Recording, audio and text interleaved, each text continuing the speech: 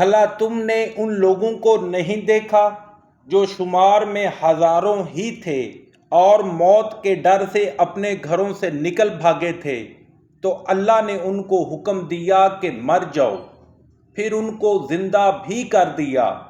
کچھ شک نہیں کہ اللہ لوگوں پر مہربانی رکھتا ہے، لیکن اکثر لوگ شکر نہیں کرتے۔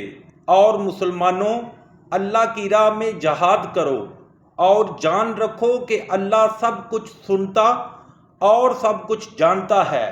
کوئی ہے کہ اللہ کو قرض حسنہ دے کہ وہ اس کے بدلے اس کو کئی حصے زیادہ دے گا؟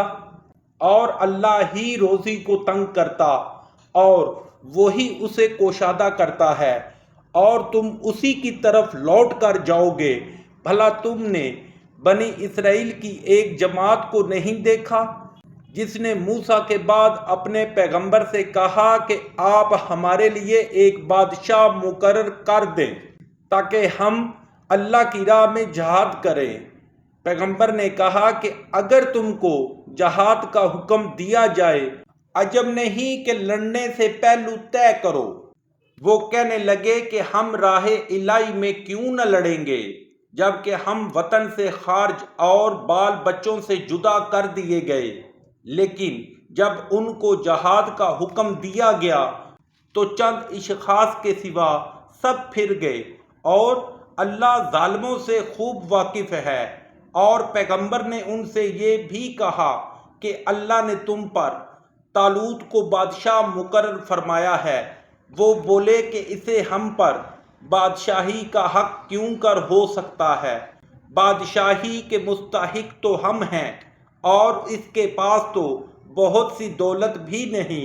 پیغمبر نے کہا کہ اللہ نے اس کو تم پر فضیلت دی ہے اور بادشاہی کے لیے منتخب فرمایا ہے۔ اس نے اسے علم بھی بہت سا بخشا ہے اور تن و توش بھی بڑا عطا کیا ہے، اور اللہ کو اختیار ہے جسے چاہے بادشاہی بخشے۔ وہ بڑا کوشش والا اور دانا ہے۔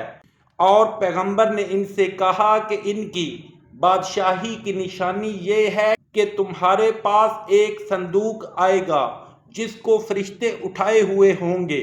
اس میں تمہارے پروردگار کی طرف سے تسلی بخشنے والی چیز ہوگی، اور کچھ اور چیزیں بھی ہوں گی جو موسیٰ اور ہارون چھوڑ گئے تھے۔ اگر تم ایمان رکھتے ہو تو یہ تمہارے لیے ایک بڑی نشانی ہے۔ غرض جب طالوت فوجیں لے کر روانہ ہوا تو اس نے ان سے کہا کہ اللہ ایک نہر سے تمہاری آزمائش کرنے والا ہے۔ جو شخص اس میں سے پانی پی لے گا اس کی نسبت تصور کیا جائے گا کہ وہ میرا نہیں، اور جو نہ پیے گا وہ سمجھا جائے گا کہ میرا ہے۔ ہاں، اگر کوئی ہاتھ سے چلو بھر پانی لے لے تو خیر۔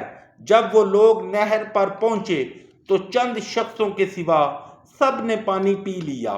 پھر جب طالوت اور مومن لوگ جو اس کے ساتھ تھے نہر کے پار ہو گئے تو کہنے لگے کہ آج ہم میں جالوت اور اس کے لشکر سے مقابلہ کرنے کی طاقت نہیں۔ جو لوگ یقین رکھتے تھے کہ ان کو اللہ کے روبرو حاضر ہونا ہے، وہ کہنے لگے کہ بسا اوقات تھوڑی سی جماعت نے اللہ کے حکم سے بڑی جماعت پر فتح حاصل کی ہے، اور اللہ استقلال رکھنے والوں کے ساتھ ہے۔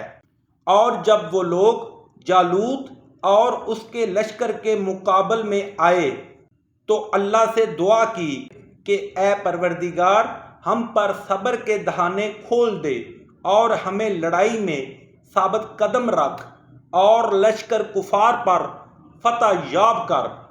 تو طالوت کی فوج نے اللہ کے حکم سے ان کو ہزیمت دی، اور داؤد نے جالوت کو قتل کر ڈالا، اور اللہ نے اس کو بادشاہی اور دانائی بخشی اور جو کچھ چاہا سکھایا۔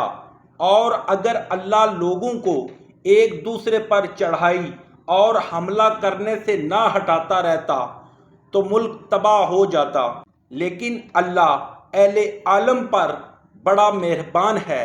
یہ اللہ کی آیتیں ہیں جو ہم تم کو سچائی کے ساتھ پڑھ کر سناتے ہیں، اور محمد صلی اللہ علیہ وسلم تم بلا شبہ پیغمبروں میں سے ہو۔